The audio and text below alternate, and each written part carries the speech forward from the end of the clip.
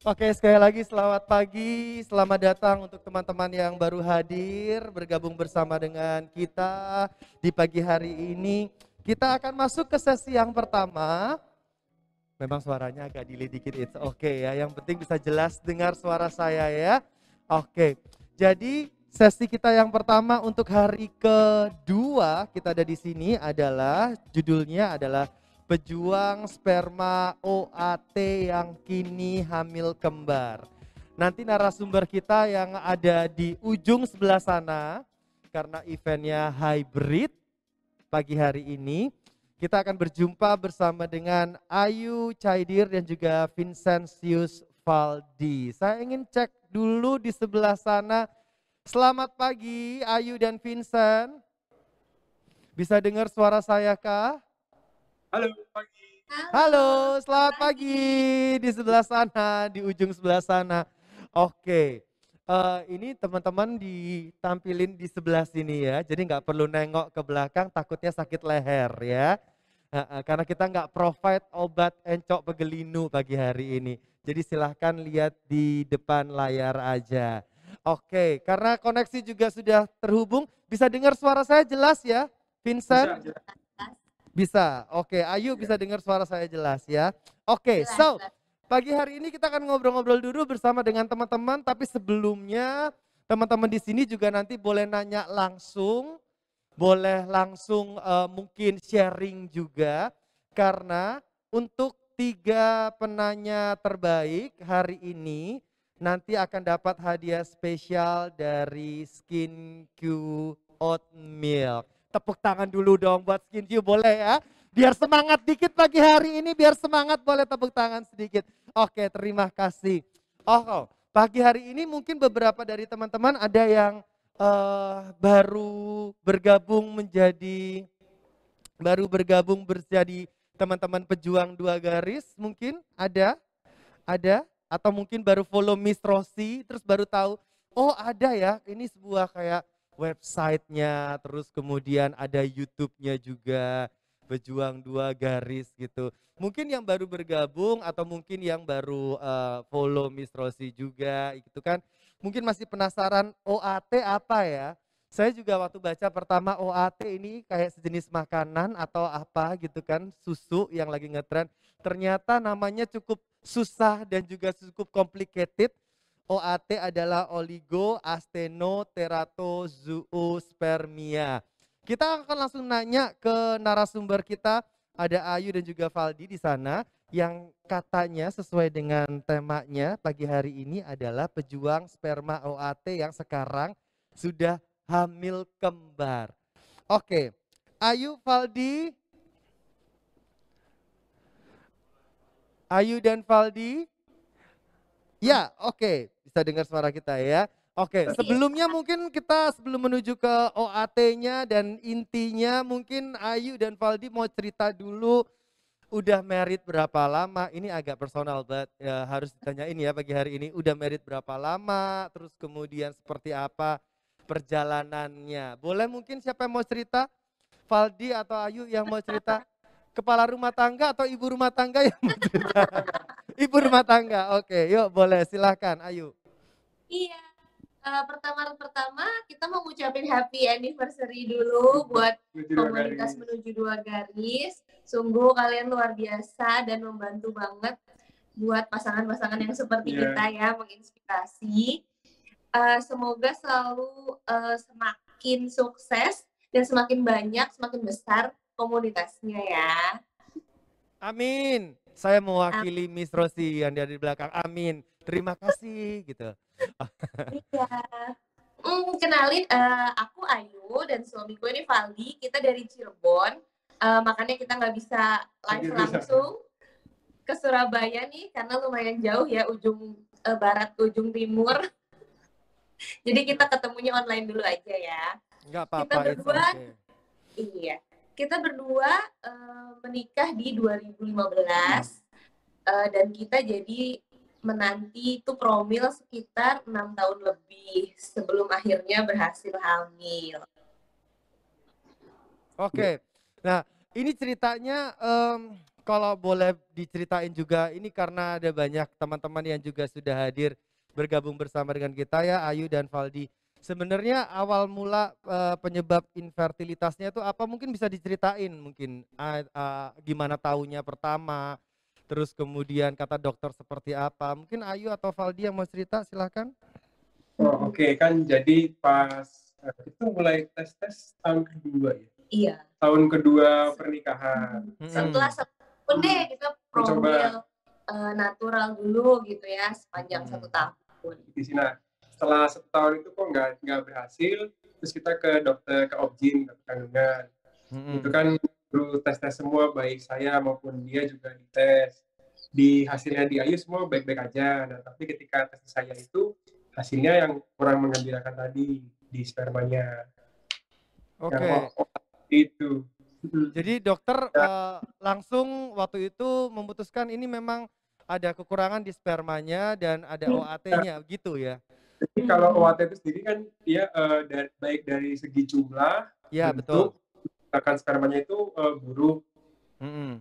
Ya lagi gitu ya semuanya begitu hasil seperti itu ya saya juga down juga gitu kan, aduh sedih gitu, padahal saya nggak ngerokok, nggak minum alkohol gitu, nggak semua, olahraga juga rajin, tapi kok kayak gini gitu sih. Oke, jadi waktu itu Valdi waktu langsung dokter bilang ada OAT begitu ya, terus habis itu pasti down tadi seperti yang diceritain, and then apa yang akhirnya bisa membuat Valdi dan Ayu akhirnya bisa kembali bangkit lagi dan akhirnya ya pasti down itu pasti ada gitu karena ya we're humans gitu kan, kita manusia gitu, pasti akan ada rasa kecil hati, kecewa, itu udah pasti ada gitu. Tapi apa yang bisa ngebangkitin lagi akhirnya semangat lagi dan akhirnya promil lagi gitu? Ya karena kan kita berdua sudah sama-sama sepakat gitu ya, kita ingin mencoba untuk punya anak kan. Ya setelah kabar itu ya ada saat lah dimana kita menata hati dulu karena kan heartbreak pastinya kan. Setelah kita berdua siap, dari dokter juga kan disarankan untuk langsung ke IVF karena hasil sperma saya tadi yang jelek, untuk insem tuh kecil kemungkinannya ya. Jadi, tapi kita sempat terapi juga ya. Terapi dulu. Karena waktu itu di melalui USG yang ternyata ada varikokal. Iya, varikokal. Yang mungkin jadi penyebab OAT gitu. Memang belum tentu ya OAT-nya pure karena dari varikokal itu. Tapi ya kita pokoknya mencoba apapun yang kita bisa coba, kita coba gitu kan untuk mengobati ya. Jadi ketika itu sempat Valdi sempat operasi juga, operasi untuk memperbaiki varikokalnya. Nah, varikokal itu adalah varises di pabriknya sperma. Jadi kayak kita mengganggu jalurnya si sperma itu. Makanya kan dicoba dioperasi, siapa tahu emang dari situ penyebabnya hasilnya itu buruk. Ternyata setelah dioperasi juga 2 bulan, 3 bulan, 6 bulan tuh hasilnya tetap tidak membaik signifikan. Gitu sih. Oke. Nah, ini berarti udah berapa kali nyobain IVF nih, Valdi sama Ayu? Kita 2 kali. 2 kali. Yang pertama itu gagal berarti? Betul, yang pertama gagal. Jadi bukan miscarriage ya, yang pertama itu memang hasil pregnancy testnya negatif gitu. Oh, jadi memang hasil pregnancy testnya negatif yang pertama. Terus kemudian mencoba lagi itu setelah berapa lama mencoba, akhirnya memutuskan mencoba lagi?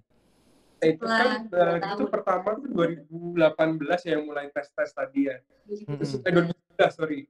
Habis itu kan operasi 2018, setelah dilihat 6 bulan lebih nggak ada perbaikan, nah 2019 kita baru mulai IVF. 2019 IVF pertama, lalu gagal, lalu 2 tahun kemudian ya, 2021 kita baru yang kedua. Kebetulan ketemu pandemi juga kan ya Kak Jova. Betul. Lebih mundur lagi gitu. Oke, dan sekarang dengernya kabarnya hamil kembar gitu ya, bener ya? Betul. Oh wow, congratulations. Tepuk tangan boleh loh, yang di sini tepuk tangan loh, boleh loh. Oke. Saya pengen mundur sedikit lagi. Waktu IVF yang pertama. itu kan setelah perjuangan sekian lama akhirnya memberanikan diri untuk IVF ya. Dan hasilnya negatif gitu. Itu sempat juga ada rasa down lagi atau gimana? Wah iya, Pasti itu kita kayak apa ya? Maksudnya itu kita udah mikirnya kayak bahkan yang teknologi secanggih IVF pun yang benar-benar setiap stepnya udah dipantau, kita tetap gagal juga gitu. Kita waktu itu sempat ngerasa kayak apa memang jalan memang kita iya ya, enak apa ya memang gitu. rencana di hidup kita tuh memang nggak ada anak gitu di situ gitu.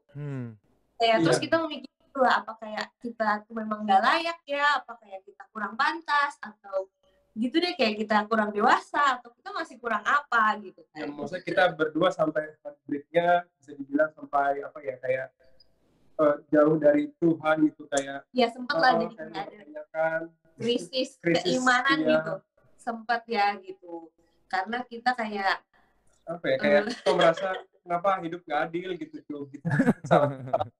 kita suka ngeliat kayak kadang yang kayak orang apa ya yang kayak misalnya nih gitu, yang kayak aduh nggak planning mau nambah anak tapi terus tiba-tiba kebobolan nih hamil gitu. Terus atau kadang kan ada ya yang kayak nggak mau punya anak tapi terus ternyata malah cepet banget hamil gitu. Kita suka ngerasa kayak kenapa kok di satu sisi seperti itu tapi di sisi yang pejuang-pejuang seperti kita ini selama ini gitu kita udah berdoa sebanyak ini, usaha ini itu gitu, kok tetap aja gitu ya masih gagal gitu. Sempat lah ada masa-masa seperti itu. Ya untungnya kita apa ya ya mendekatkan lagi kepada Tuhan lah, jadi kita juga nggak sampai jauh lepas gitu. Makanya kita bisa IVF kedua kali juga. Ayu dan Valdi, apa yang bikin akhirnya ini secara psikologis ya? Apa yang akhirnya bikin kalian semangat lagi gitu? Apa yang bikin kalian bisa bangkit lagi dari rasa down? Ini downnya tuh kayaknya bertubi-tubi gitu. Jadi hampir setiap 2 tahun sekali tuh ngedown gitu. Ya kan, yang pertama didiagnosa OAT, kemudian nanti 2 tahun berikutnya ada IVF yang gagal, habis itu operasi lagi gitu kan. Apa yang bisa bikin semangatnya Valdi dan Ayu jadi bangkit? Karena mungkin beberapa teman-teman di sini juga butuh motivasi juga ya yang bisa membangkitkan semangat. Oke, mungkin fisik nggak apa-apa, tapi mental tuh kayaknya down yang sampai kalau orang sini bilang delosor gitu ya, jatuh gitu kemana-mana gitu. Apa yang bisa ngebikin Valdi dan Ayu akhirnya bangkit lagi? Ya kalau menurut aku sih mental yang paling penting. Iya, memang dalam promil ini memang ya biaya juga banyak, waktu yang harus diluangkan juga banyak, energi juga banyak. Tapi memang yang paling penting banget dan paling susah banget itu kan secara mental. Aku yakin deh pasti teman-teman di sana juga merasakan hal yang sama gitu. Waktu itu setelah gagal yang pertama, kita memang kayak oke, kita jeda dulu lah gitu. Kita jeda dulu, kita fokus sama ya kualitas hubungan kita gitu. Kita kayak sempat sebelum pandemi kita kayak traveling gitu. Kita ya pokoknya kayak honeymoon lagi aja, kita kayak pacaran lagi aja, komunikasi kita makin intens. Belum lagi juga kita harus nabung lagi kan, karena untuk IVF yang kedua biayanya lumayan lagi gitu ya. Nah tapi ternyata selama masa jeda itu juga kita makin dekat dan aku ngerasanya gini sih yang paling penting tuh, aku jadi sadar banget bahwa promil itu tuh kayak ya IVF kedua itu tuh kayak apa ya, kalau kita berhasil it's something to gain gitu. Anak itu tuh something to gain, tapi kalaupun sampai itu gagal we have nothing to lose gitu. Jadi kalaupun gagal aku tuh bakal selalu kembali ke suamiku ini gitu. Kita kalaupun sampai kita udah mentok tidak dikaruniai keturunan, kita tuh end up-nya bakal tetap berdua gitu. Seperti dari awal pernikahan kita kan berdua gitu kan. Iya gitu. Dan kita merasa kita berdua ini tuh udah cukup. Ya iya nggak sih? Kayak ketika kita merasa itu, kita berdua itu udah cukup banget. Jadi kalau kita jadi ngerasa ya itu, lebih pasrah gitu ketika menjalani IVF yang kedua. Sifatnya kita sebagai manusia berusaha. apa yang kita bisa usahakan, kita usahakan. Tapi kalau misalnya memang bukan rezeki kita gitu, ya kita kan kembalinya ke sini gitu, tetap berduaan ini. Dan itu tuh Apa ya? apa ya? Kayak Bahagia gitu ya. iya, maksudnya kita berdua nggak merasa kekurangan dengan satu sama lain. Nggak, kalau misalkan Tuhan mengizinkan punya anak itu ya tambahan kebahagiaan Tambahan gitu. gitu. Oke. Tapi kalau enggak, bukan berarti hubungan kita itu ada yang ada hilang yang hilang, gitu ada yang kan. hilang. Nah itu Oke. sih, berangkat dari situ kita jadi semangat lagi untuk mencoba IVF lagi gitu, lebih pasrah. Jadi secara mental tuh lebih tenang gitu. Kalau waktu yang IVF pertama tuh kayaknya mungkin pede juga gitu ya Kak Jova, karena waktu itu usia aku masih di bawah usia kita di bawah 30. Kayak AMH aku juga bagus, seperti itulah secara angka-angka gitu. Jadi kita tuh kayaknya pede gitu. Ah, kita masih muda lah, kita sehat gitu ya. Tapi ternyata ketika itu dapat IVF, dapat satu embrio, hanya cuma satu-satunya embrio, ditransfer dan gagal. Makanya kita kayak shock gitu kan. Kita kayak, oh gitu ya gitu. Tapi jadi di IVF kedua, kita jadi lebih fokus ke lifestyle-nya lebih sehat. Nah, jadi kayak lebih tenang, kita lebih banyakin olahraga gitu-gitu. Nah, tuh, ini kita pertanyaan selanjutnya pastinya. Ini it's all about lifestyle gitu ya. Lifestyle-nya seperti apa yang harus dirubah? Jadi waktu dari pertama didiagnosa OAT, terus kemudian IVF yang pertama gagal, menuju ke IVF yang kedua, ada perubahan lifestyle, gaya hidup nggak dari Valdi dan Ayu? Ada sih, itu lumayan besar. Seperti apa? Mungkin boleh cerita nih. Tadinya itu emang saya tuh makanannya apa ya, makan sayur enggak, selalu bisa dibilang kayak tiap hari makan tuh gorengan terus, enggak doyan macam-macam. Ya, kita juga untungnya sekarang minyak mahal ya. Iya benar. Gorengan 2.000 gitu sebiji. Iya. Terus juga kayak selalu hampir tiap hari tuh makan di luar, beli masakan di luar, nggak masak. Nah, lebih jorok lah gitu.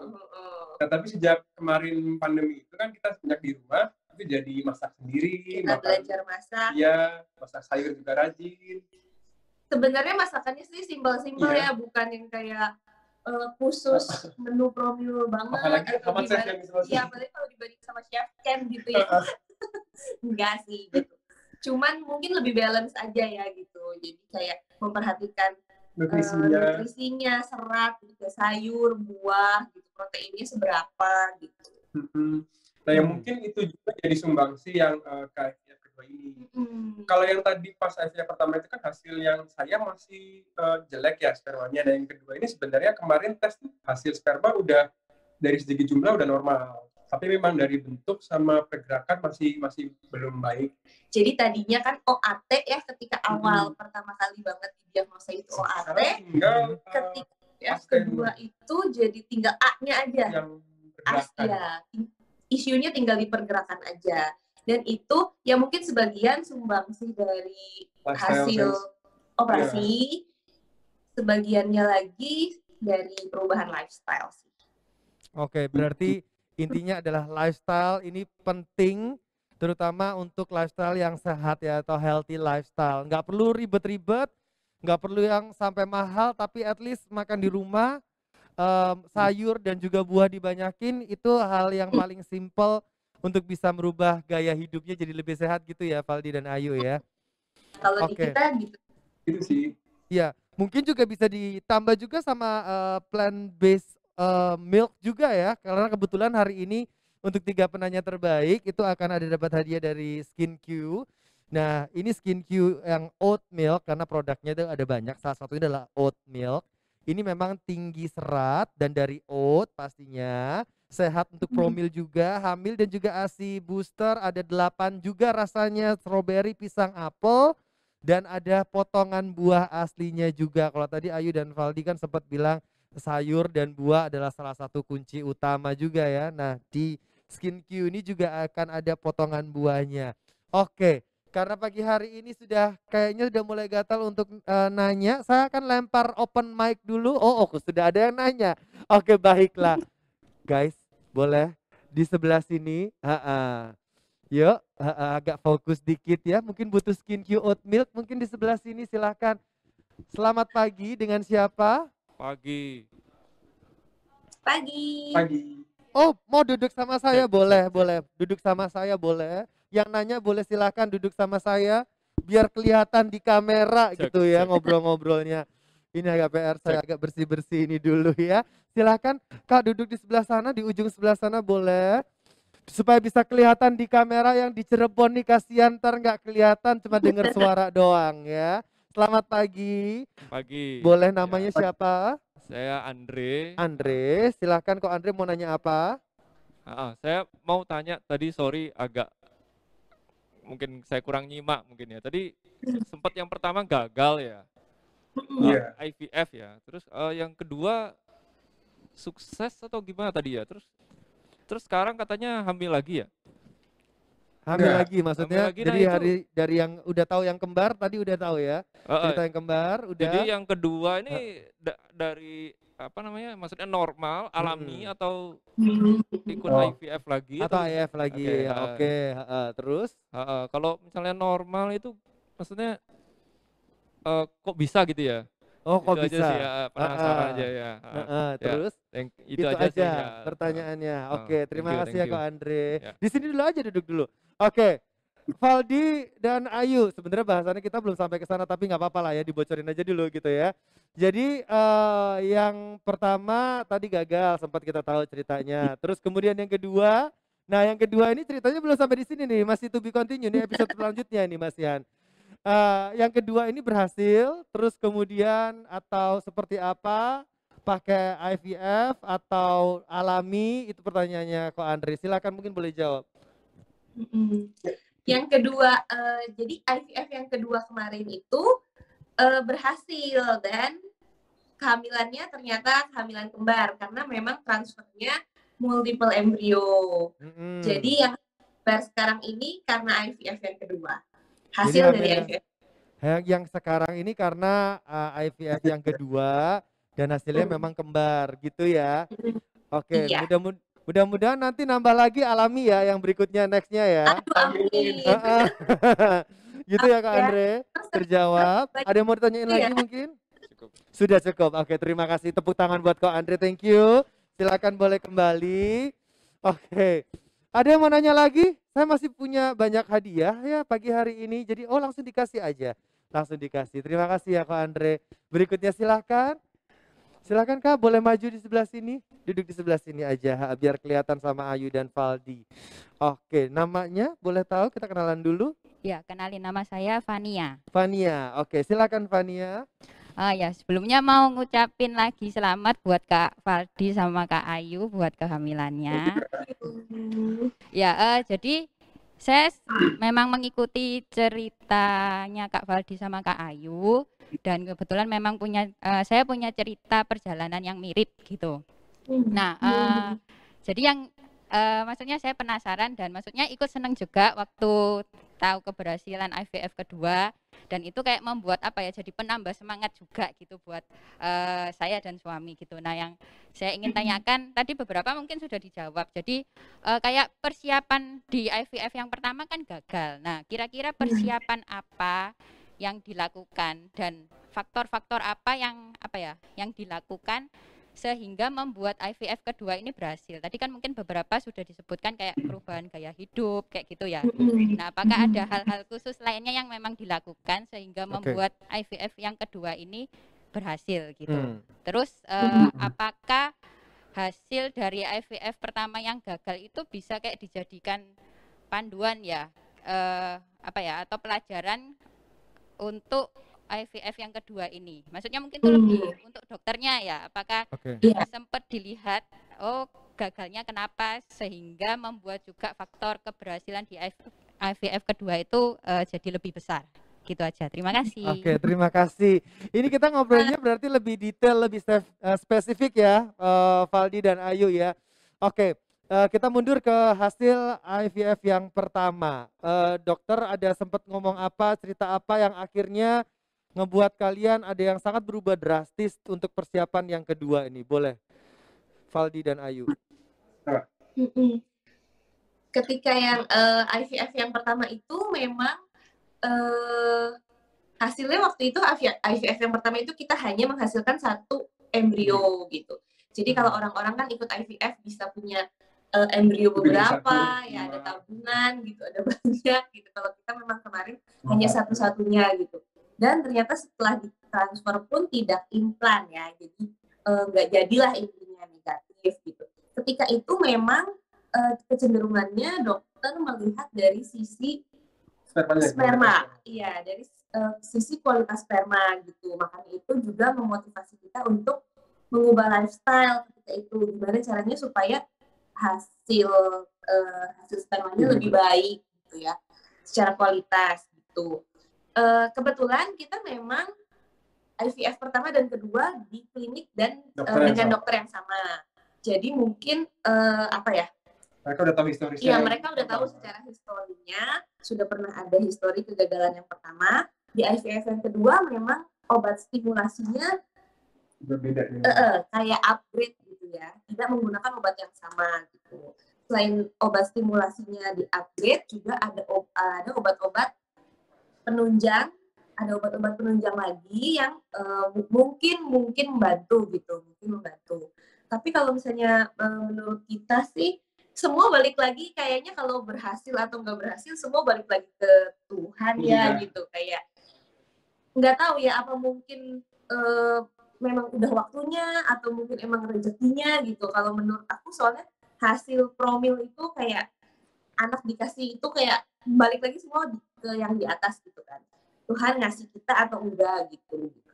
Cuman kita berdua ya pokoknya sebisa mungkin yang kita bisa lakukan kita lakukan. Jadi kayak kita berdua itu olahraganya lebih banyak, Justru sejak pandemi nggak bisa olahraga keluar kan, maksudnya kalau biasa kayak ke gym atau kemana kita jadi di rumah, tapi justru jadi lebih sering gitu. Mungkin kayak walaupun durasinya lebih sedikit tapi lebih rutin.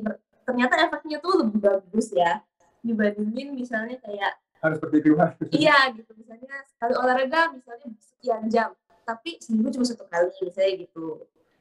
Oh iya, terus kan saya tuh turun berat badan 10 kilo daripada yang pertama itu. Serius? Iya. Serius iya. Karena ya itu olahraganya lebih rutin dan makan juga lebih kotor. Makanya lebih terkontrol juga. Oke, gini, Ayu dan Valdi sebelum program IVF yang kedua itu ada persiapan khusus nggak atau berapa lama waktu yang disiapin akhirnya memutuskan oke, yang kedua jalan nih gitu. Ada persiapannya sebelum itu nggak? Kalau persiapan khusus banget sebenarnya nggak ada. Justru sejujurnya ketika di IVF pertama itu kita sebelumnya malah persiapan ya, kayak maksudnya ke akupuntur dulu berapa ini bulan yang pertama sebelumnya. Ini yang pertama ya berarti ya. Yang pertama. Akupuntur juga gitu. Nah yang kedua ini karena pandemi justru kita jadi terhambat tuh waktu itu, kayak kita jadi yang tadinya mau rencananya mau akupuntur jadi tidak akupuntur gitu. Cuman ya perbanyak olahraga sendiri itu sih, olahraga di rumah sendiri. Maksudnya kalau yang pertama itu kan kita cuma persiapan mungkin 3 bulan sebelumnya. Nah kalau yang ini kan kita persiapannya udah ya bukan persiapan sih, karena perubahan. Habit kita yang berubah gitu kan. Mungkin udah kayak tahun kali ya gitu. Jadi makanya kita juga banyak persiapan khusus gimana. Oh paling sih baca buku, baca di jurnal gitu yang untuk ya cari-cari tahu tentang IVF, apa yang mesti dilakukan dan enggak. Begitu sih.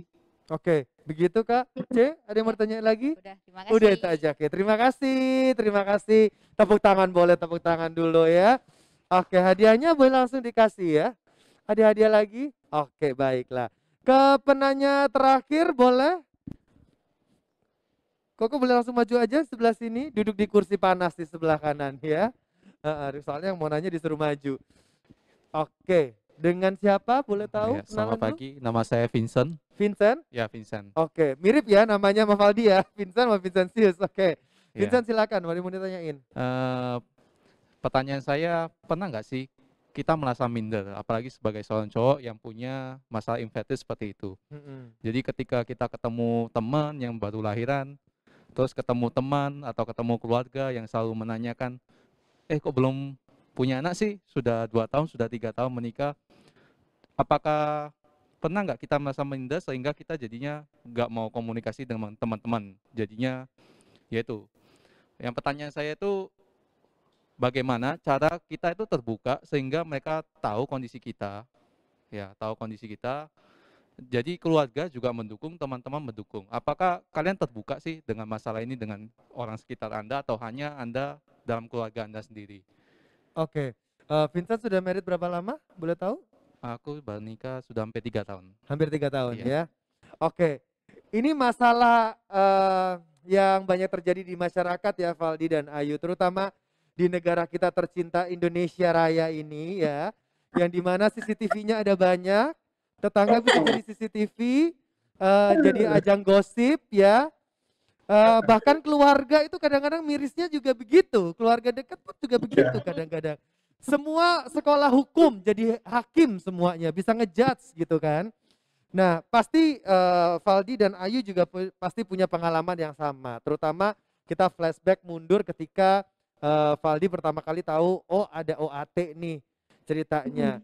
Mungkin orang di luar, orang awam nggak ngerti ya OAT itu apa, taunya cuman satu kata, nggak bisa punya anak gitu.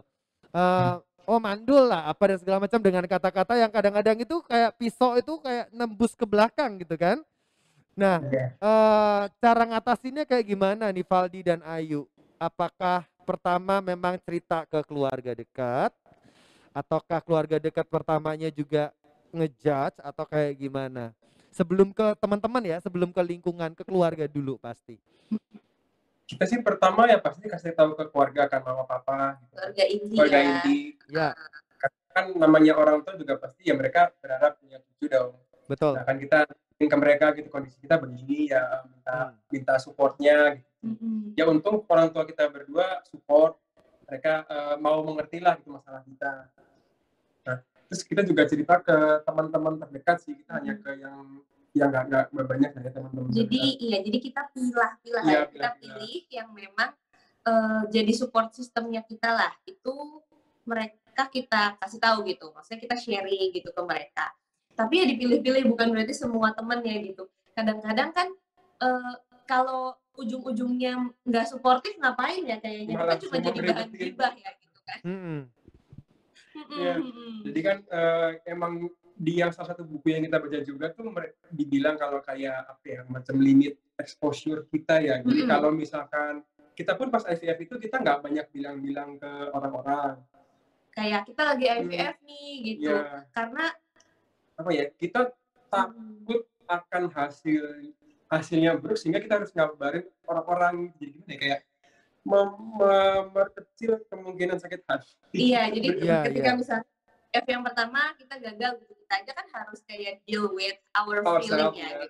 Kita harus kayak menenangkan diri sendiri gitu. Nah kalau ketika waktu itu banyak yang tanya gitu bertubi-tubi, gimana kan kayak kita harus ngejelasin lagi dan lagi gitu.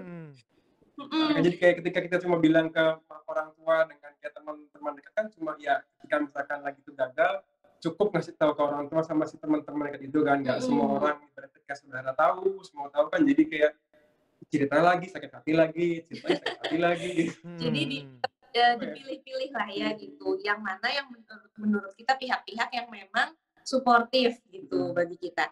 Nah tapi kalau untuk misalnya teman-teman yang lebih umum atau keluarga yang lebih besar, pasti sampai kayak sampai ke tetangga atau siapa deh, kalaupun ketemu pasti kan ya kita semua ini semua PDG ini sering ditanyain masih belum isi juga gitu ya. Kita suka balikinnya pakai bercanda aja gitu, kayak oh udah loh ini udah isi, oh iya udah isi, iya tadi pagi sarapan nasi apa gitu. Suka kita bercandain aja gitu, biasanya nggak nanya lebih lanjut sih gitu. Ya emang pertamanya itu kan kayak yang tadi tanya si Andre, itu kan Vincent sorry, itu kan kita sebagai laki-laki juga awal pasti minder lah gitu, rasa kayaknya gue gagal sebagai laki gitu ya.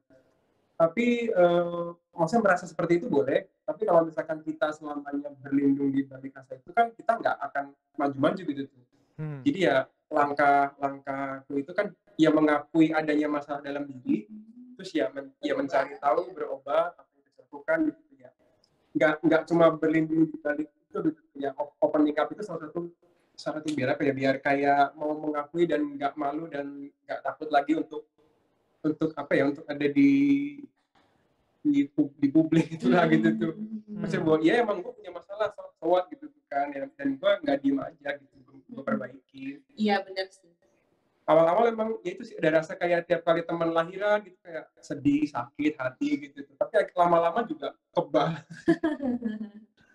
Oke. Gitu, ada yang bertanya lagi, Vincent? Ya, Ya kurang lebih gitu ya. Oke, nanti habis ini kita bahas lebih dalam lagi ya.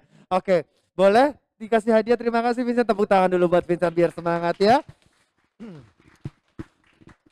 Vincent, kalau aku sarannya nanti kalau ada yang nanya gitu pakai earpod saja, ya, biar nggak denger yang belakang-belakang ya. Oke, aku pengen ke Valdi lagi deh. Kalau gitu, ini masih ngebahas soal yang begini-beginian, omongan-omongan orang. Biasanya mengcounter, kalau tadi mah counter ya kalau ketemu sama Ayu ya, dikatanyain udah isi atau belum. Udah isi nasi goreng tadi pagi. Ini lagi puasa ya, Boy, ngobrolin nasi goreng. Udah isi pisang goreng tadi pagi atau apa dan segala macamnya. Tapi kalau dari segi cowoknya atau laki itu kadang-kadang kan ini kenapa sih kok ditunda-tunda atau kayak gimana? Menceritakan masalah OAT-nya nggak ke orang, yang which is orang tuh nggak paham OAT itu apa, dengan namanya singkatannya aja udah panjang gitu, jelimet dan belibet gitu kan. Apalagi menjelaskan panjang lebar. Sempat menjelaskan seperti itu nggak ke orang atau gimana? Kalau yang kita cerita kayak teman-teman dekat itu sih kita jelaskan. Tapi kalau kayak cuma orang, ibaratnya orang awam gitu yang tanya, ya kita sih nggak bilang ya. Iya, kayaknya kita save energy ya gitu.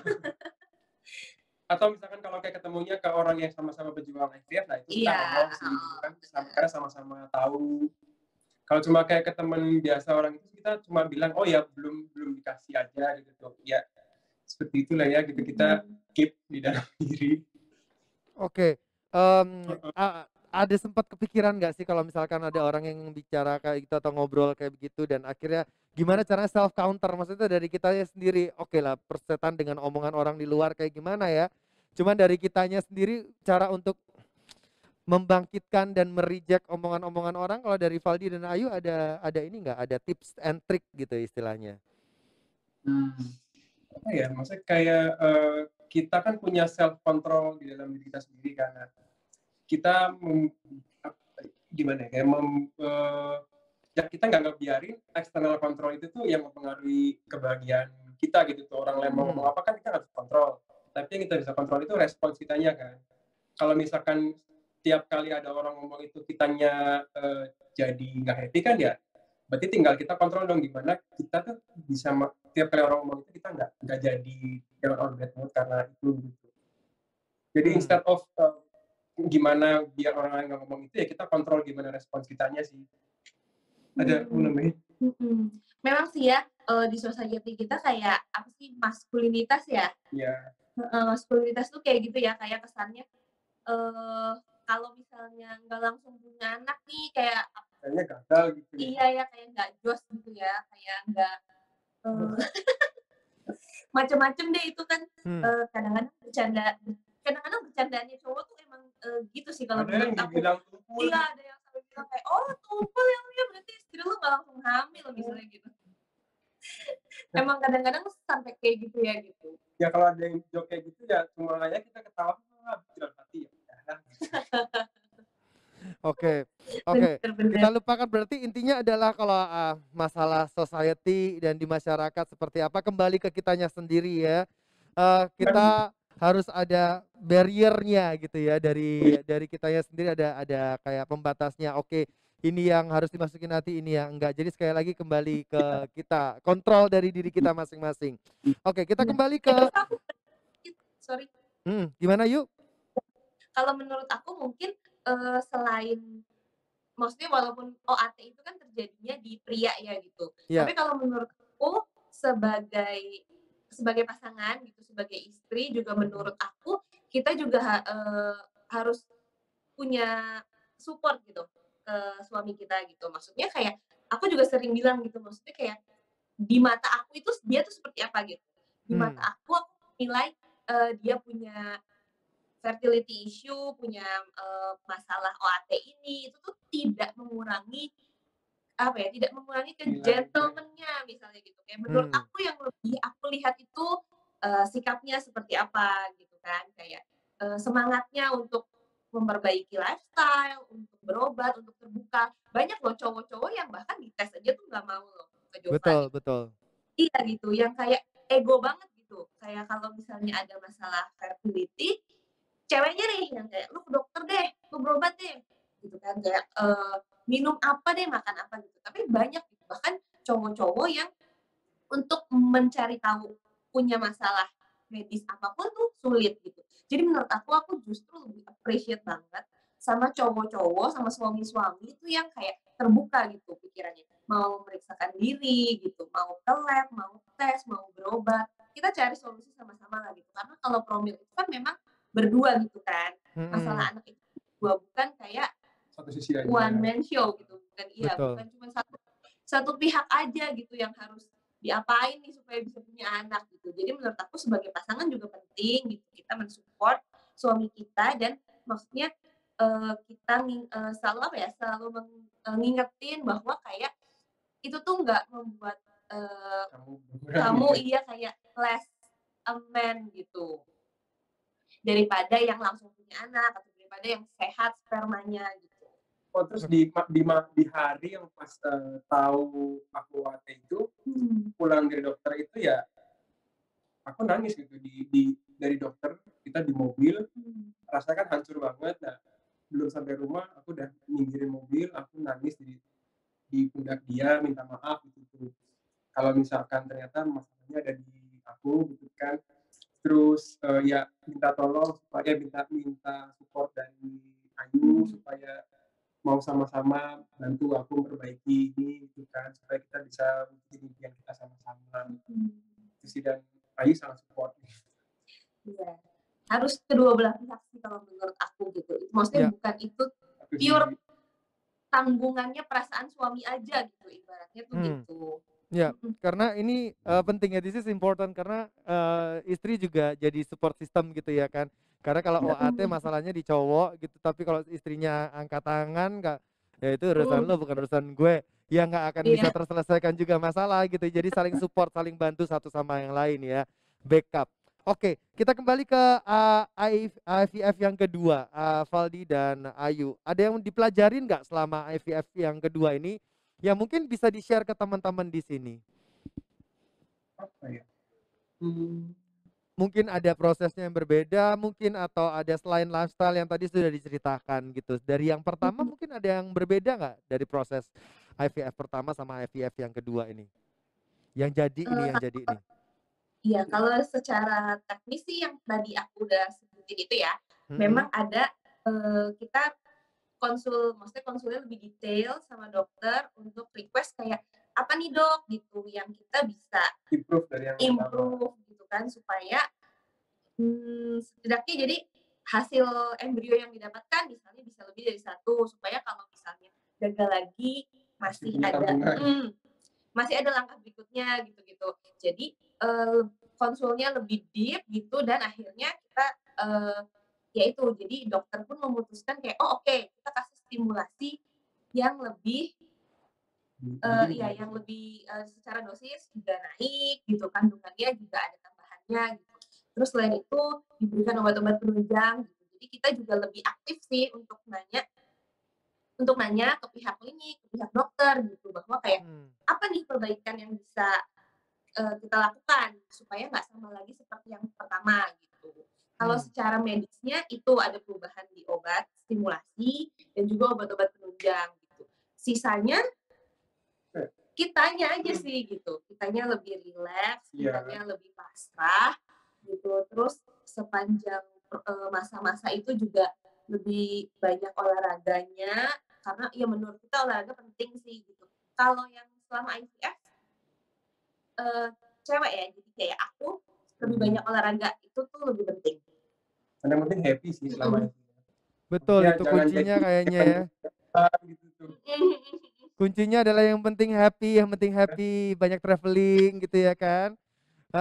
Banyak traveling, nggak banyak healing ya, traveling aja.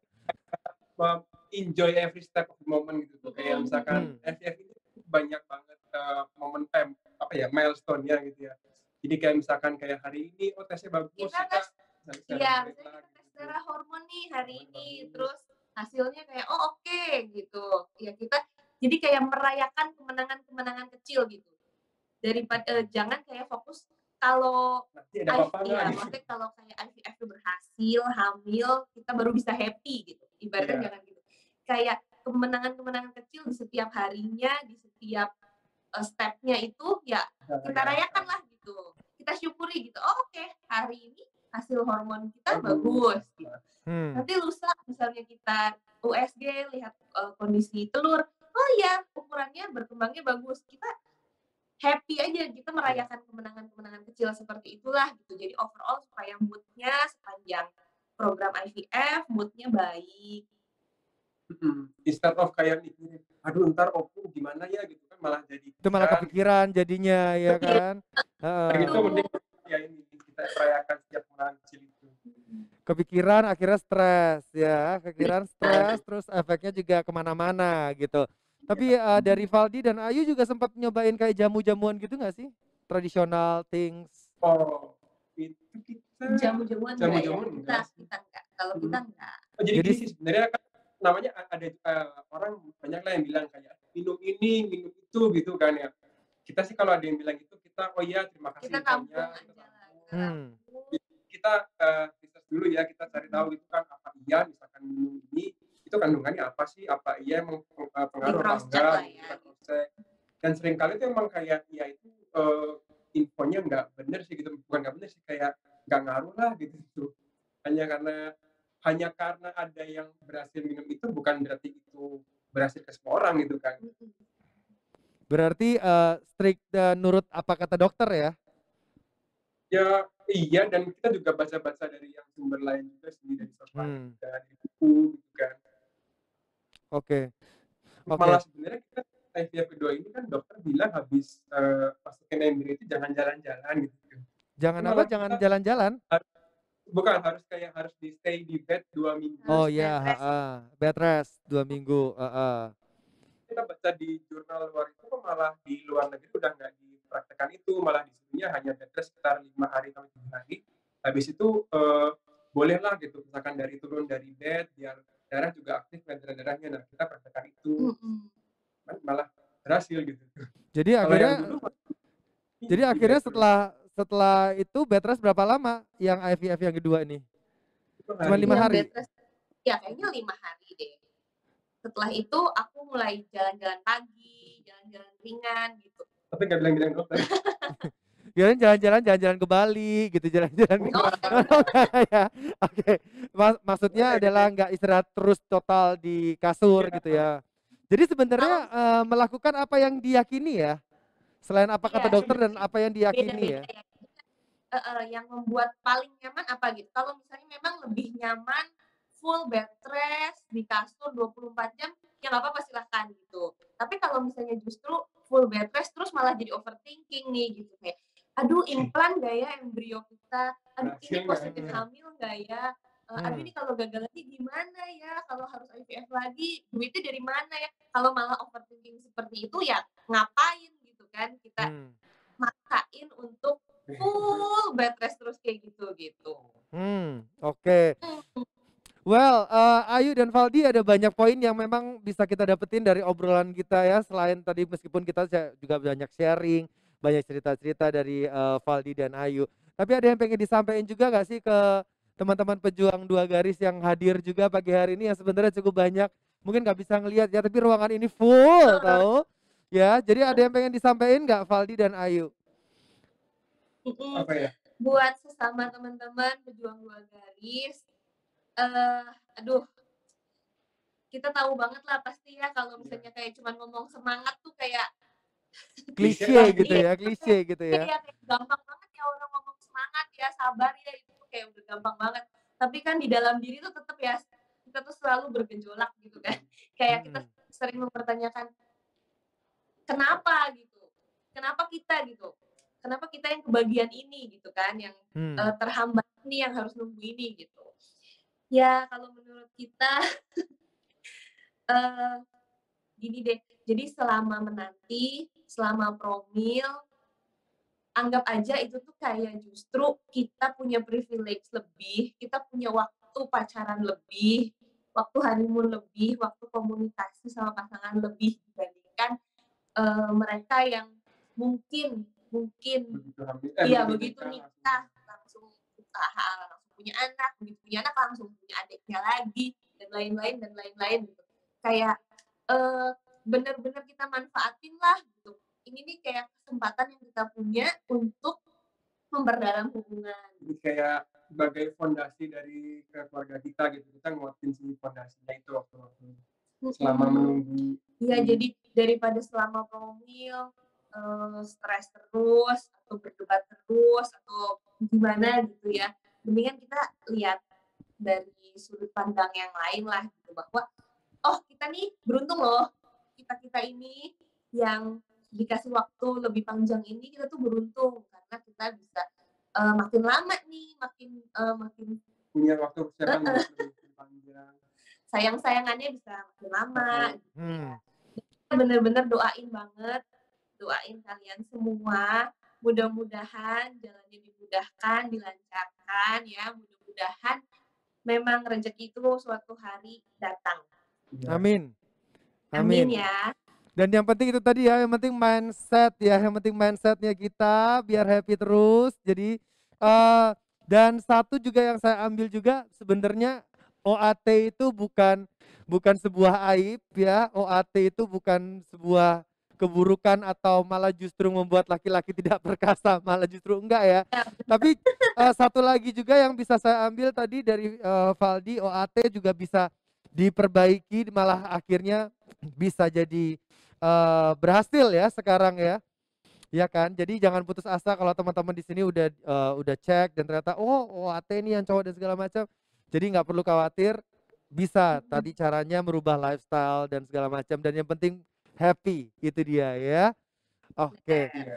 Valdi dan Ayu terima kasih ya. Thank you so very Thank much you. waktunya pagi hari ini. Lupa. Minggu-minggunya udah digangguin, pagi harinya. Silakan kembali pacaran. Tepuk tangan boleh untuk Valdi dan Ayu ya. Sehat-sehat nanti di Cirebon nih, nanti kita balik lagi. Kapan gitu ngadain acara lagi tahun depan ke? Nanti datang ya, bener ya. Sambil Ya, bawa si kembar berarti kalau tahun depan ya, datang ke sini ya. Ditunjukin hasilnya. Thank you ya Valdi dan Ayu di sebelah sana. Bye.